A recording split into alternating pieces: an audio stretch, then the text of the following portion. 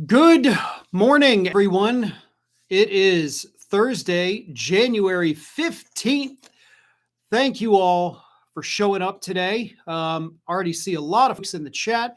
And of course, to our overseas viewers, good afternoon, good evening, good night, whatever it is. Not to quote the Truman Show there, but you get the point. Hope everybody's off to a good day. We are, of course, roughly halfway through the month of January, which seems to be going a little bit faster than Januaries of years past. But maybe it's just because the news cycle has been completely and totally insane since the start of the year. And of course, we're all just ready for this to be over with. But alas, it is not coming to an end anytime soon. We do, of course, have midterms coming up this year, so things are starting to heat up a little bit, and Democrats are starting to put the pressure on Republicans. Specifically, right this moment, Kristi Noem. Kristi Noem is now facing articles of impeachment in the House of Representatives brought forward by Illinois Democratic Representative Robin Kelly and signed on to by at least 70 different Democrats. That's not a small number. We're talking a good percentage of the Democrats in the House of Representatives have now signed on to these articles of impeachment against Kristi Noem.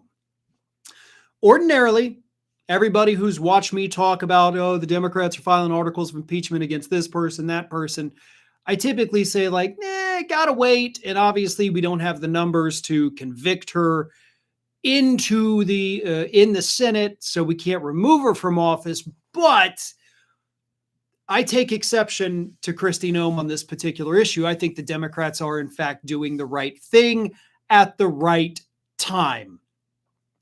This is perfect. Obviously, we're only a week removed from the death of Renee Good.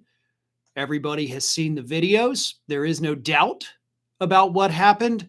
The lies that this administration has been telling us about that death, completely falling apart every 2 seconds. But it's not just that. That was kind of the icing on the cake, that killing, for these Democrats to move forward with the articles of impeachment, because that is just one of countless issues we have seen from Kristi Noem's entire Department of Homeland Security this year alone, not just ICE, the entire department. We have seen misuse of funds, right? Hauling her around in those jets, buying new jets so that she doesn't have to fly commercial. Her constant role playing, FEMA. I mean, I don't even have to elaborate on that one, but FEMA. And of course, we have Texas, North Carolina regarding FEMA. There are examples I can give you, but I think we're all well versed in those. And then ICE, obviously restricting lawmakers' access to the detention facilities, to the ICE field offices, which is literally against the law. And I think that's the big one. So you definitely have her on a crime, violating a law that Donald Trump signed earlier last year. And he initially signed the original law. He signed an extension this past year back in 2019. So is Kristi Noem breaking the law? Yes, she is 100%. By refusing to allow lawmakers of either party access to these facilities, that is a direct violation of a law that Donald Trump himself signed multiple times. So I don't think there's any doubt that you got her on a high crime and or misdemeanor. Her memo that she wrote absolutely seals the deal. The rest of it is, just kind of also she does bad things here. Whether or not they rise to the level of criminal activity, I don't know. Okay. I mean, we have to be crystal clear about that. Kind of like with, Democrats have suggested articles of impeachment against Robert F. Kennedy Jr. He's done insanely dumb things since coming into office. He's a very dumb individual, but nothing that he's done is actually criminal and is something that you can be impeached for. Pete Hegseth, absolutely think he could be impeached. Pam Bondi, obviously abuse of power. You've got her there. So there are members of the administration that are just dumb, but not criminal, and others that are both dumb and criminal. Kristi Noem happens to be one of those people that fits into both categories. But here is what Robin Kelly said when she introduced the articles of impeachment. She needs to be held accountable for her actions. Secretary Gnome, you have violated your oath of office, and there will be consequences. I am watching you. Members of Congress are watching you. The American people, most importantly, are watching you. And most of all, we are not liking what we're seeing. If you believe impeachment is silly, then you are not taking your job or our Constitution seriously. And the reason she called her out for calling impeachment silly is because the Homeland Security Department released a statement saying that this whole thing was silly and that Democrats need to be focused on reducing crime.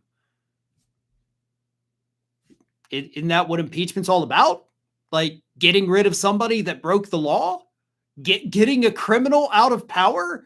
So I don't think her statement there really matches up with reality.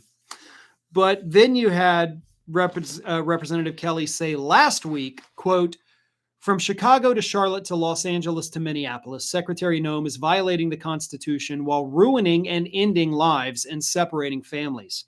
It's one thing to be incompetent and dangerous, but it's impeachable to break the rule of law.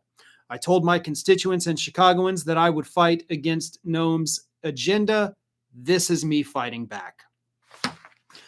And again, we got 70 Democrats that are on board with that.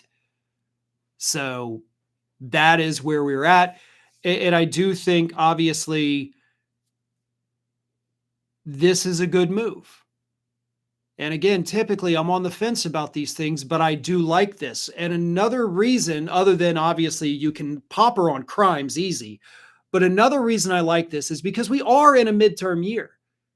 We do have elections coming up in November. It seems like an eternity away, but it'll be here before we know it. So the Democrats doing this right now, at the most opportune time, by the way, is a signal to these voters that, look, we're not going to sit idly by. We're not going to be the people that come out and issue a statement and shake our fists and then we go and disappear. We're going to try to do something, even if we know the odds are against us to even do it. That is the message I want to see. I want to see somebody get into a fight, even when they know they're going to lose the fight, just to show us that they'll do it, right? Just to show us that they're not afraid. And I think that's what this is. And I think Robin Kelly has taken a tremendously brave leap by doing this.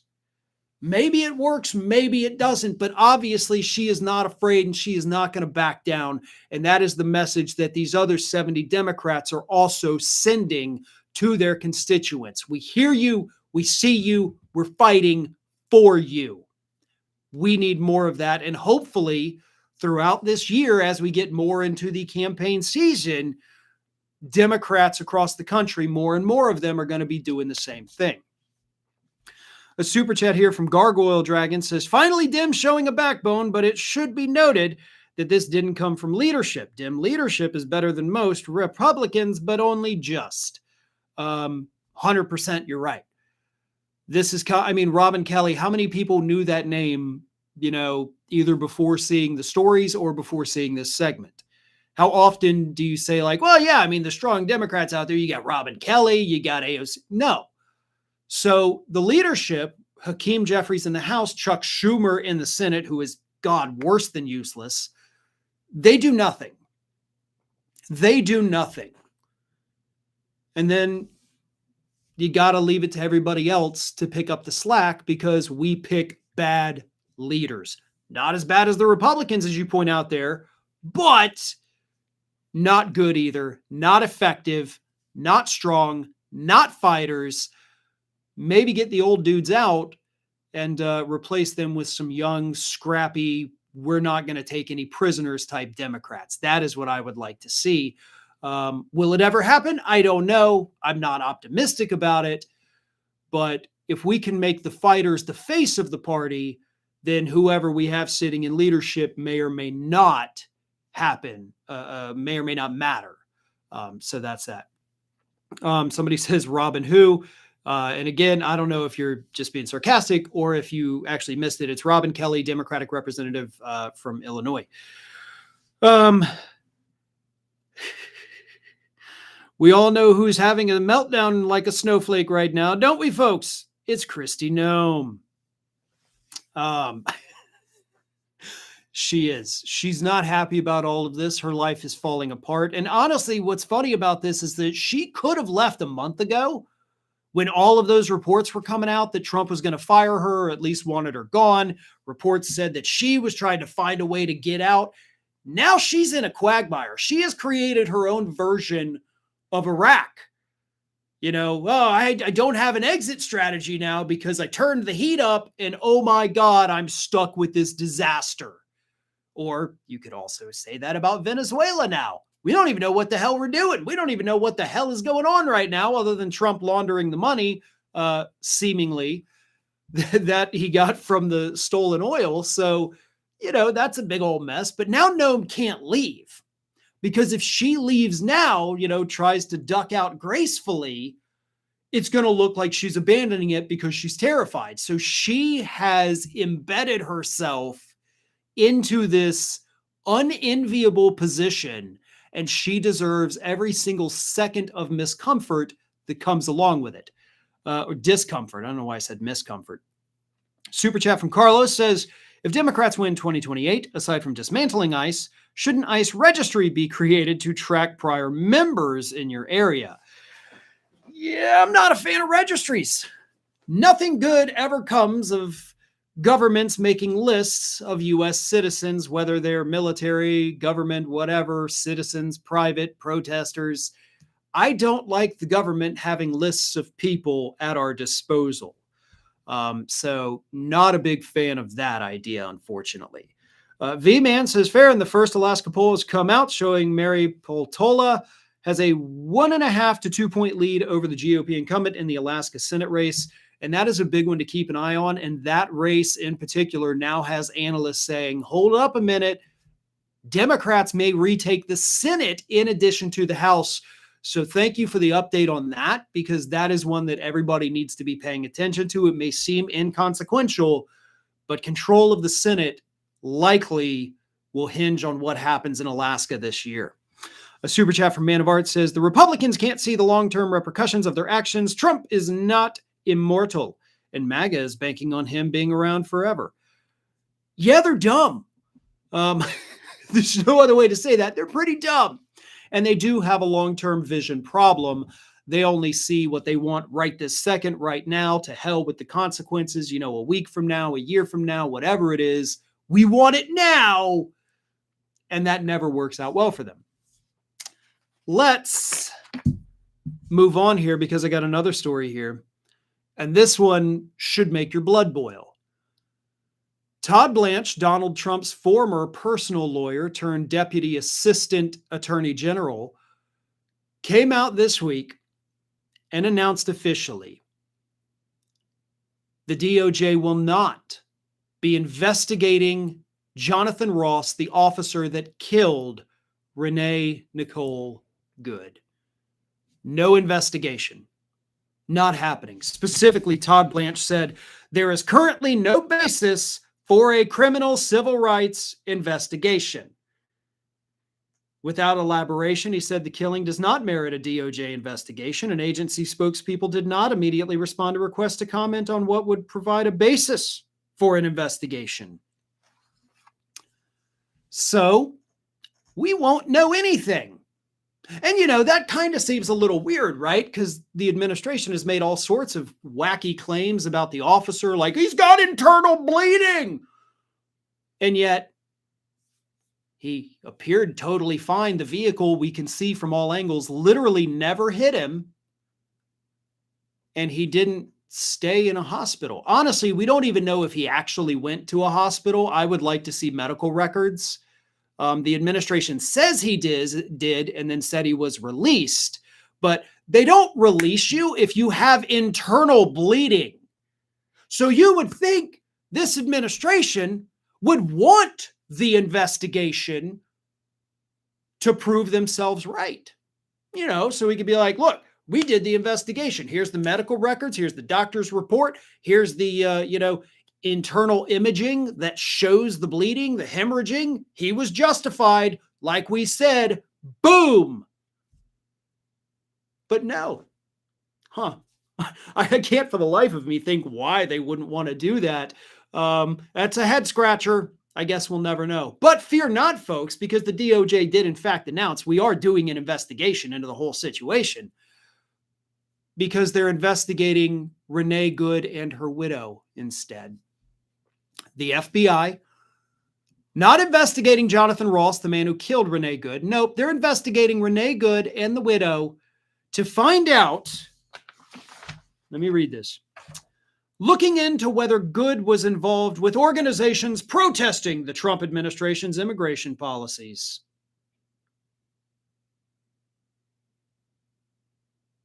They're investigating whether or not she was involved with organizations that protested Donald Trump. Did any part of that statement sound illegal? Nope, because none of it is. Protesting literally anything in the United States is a protected form of speech guaranteed to us by the United States Constitution.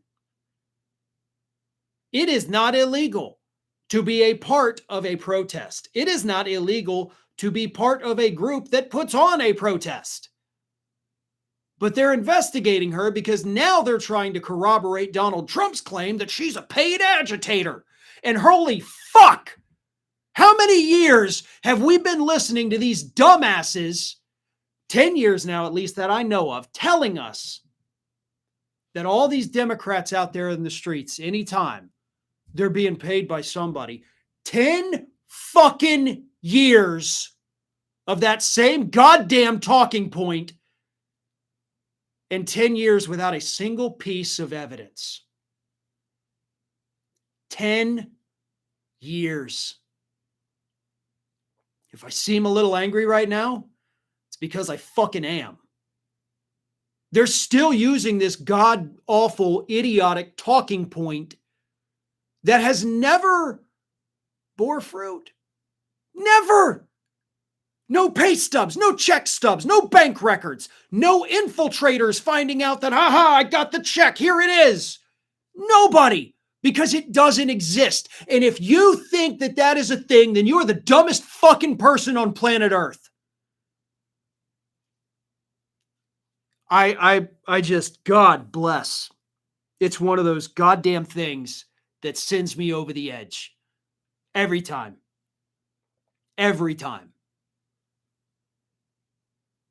And this woman who is dead, the widow who lost her spouse, they're now subjects of criminal investigations instead of the man that took her life. And they're investigating her on something that they know doesn't exist, but they think it exists because that's how the right operates. They're the ones who have these well-organized things going all the way back to the Tea Party that, turns out was funded by the Koch brothers at the time. It was an AstroTurf movement, not a grassroots movement, because the whole thing was fake. All of these things on the right are corporate-backed. Somebody is paying the bills. Somebody is pulling the strings. They've got corporate sponsors. They've got the billionaires.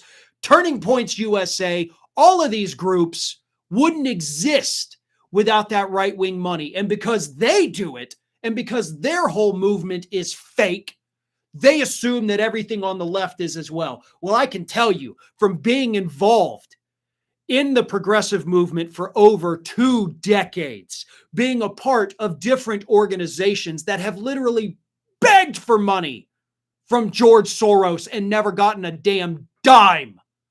I can tell you from personal experience, we're all on our own.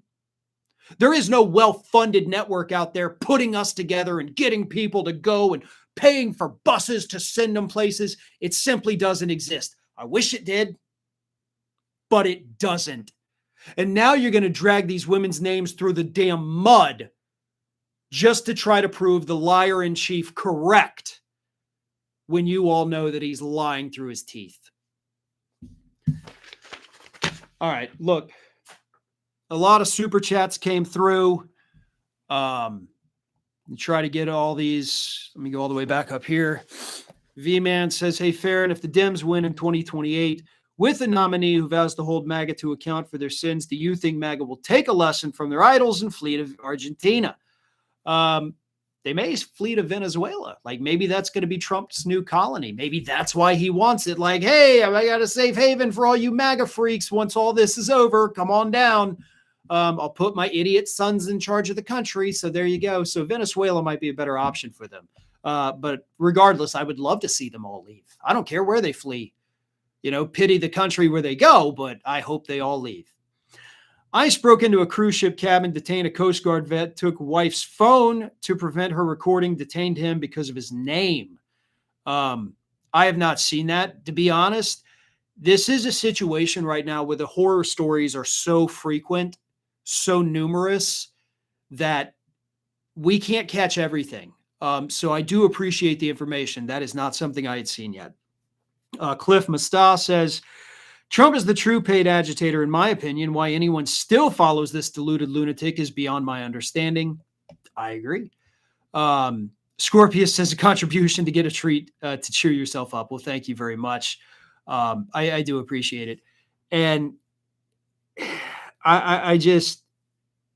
here's a comment here. It says, I only come to this channel because Farron works himself into legit anger like once a day, and that's the only way to be now. Thank you. And I do. I wish I didn't, but while talking about these things, you do get emotions. And if you don't get emotions, if you don't get that anger or the sadness or the joy sometimes, then don't do this. Right? I mean, there's a lot of folks out there, not a lot, but there are some who, you know, you can tell like, oh, they're faking emotion or they don't sound sincere. And I think those people kind of drag everything down, you know, and that's what separates what we do like this from like the regular corporate news, the CBS evening news. If anybody still watches that, I don't think anybody does based on the ratings data, but you know, there's just, oh, blah, blah, blah, blah, blah. No, if you're talking about something and it doesn't move you in any way, it's not something you should be talking about.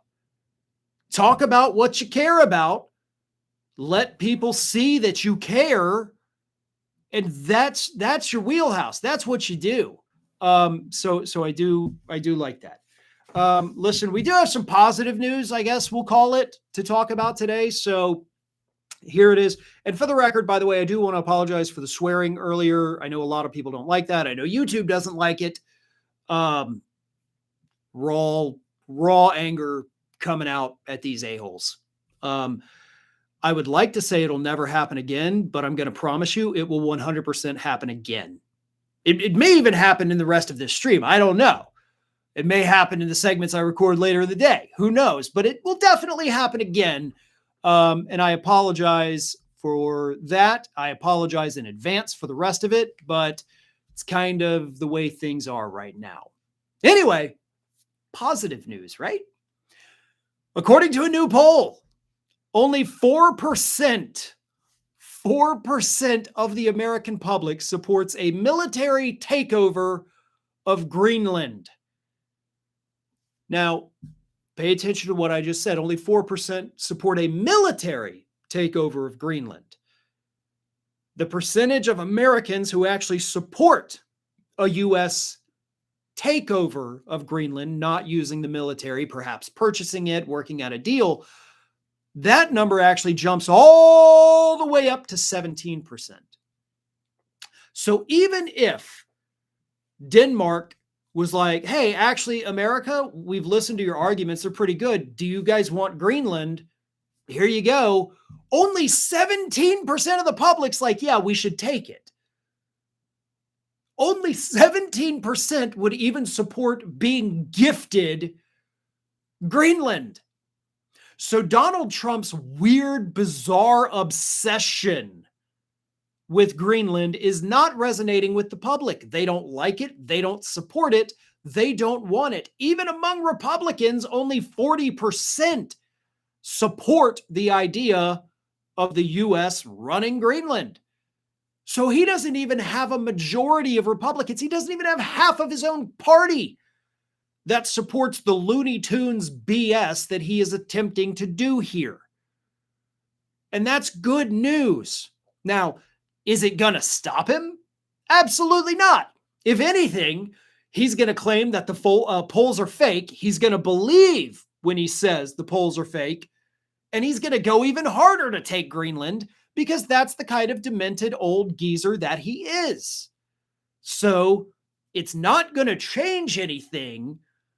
And honestly, it might make things worse, but at least the public is on the right side of this.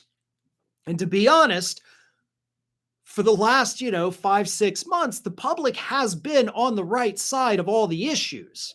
Okay, Trump is underwater on everything and has been since, I think, August or September. That's when immigration finally flipped for him and he went underwater on that. So the public hates everything this guy is doing. And then when he does new things like openly, aggressively going after Greenland or invading Venezuela, the public's like, yeah, we also hate that.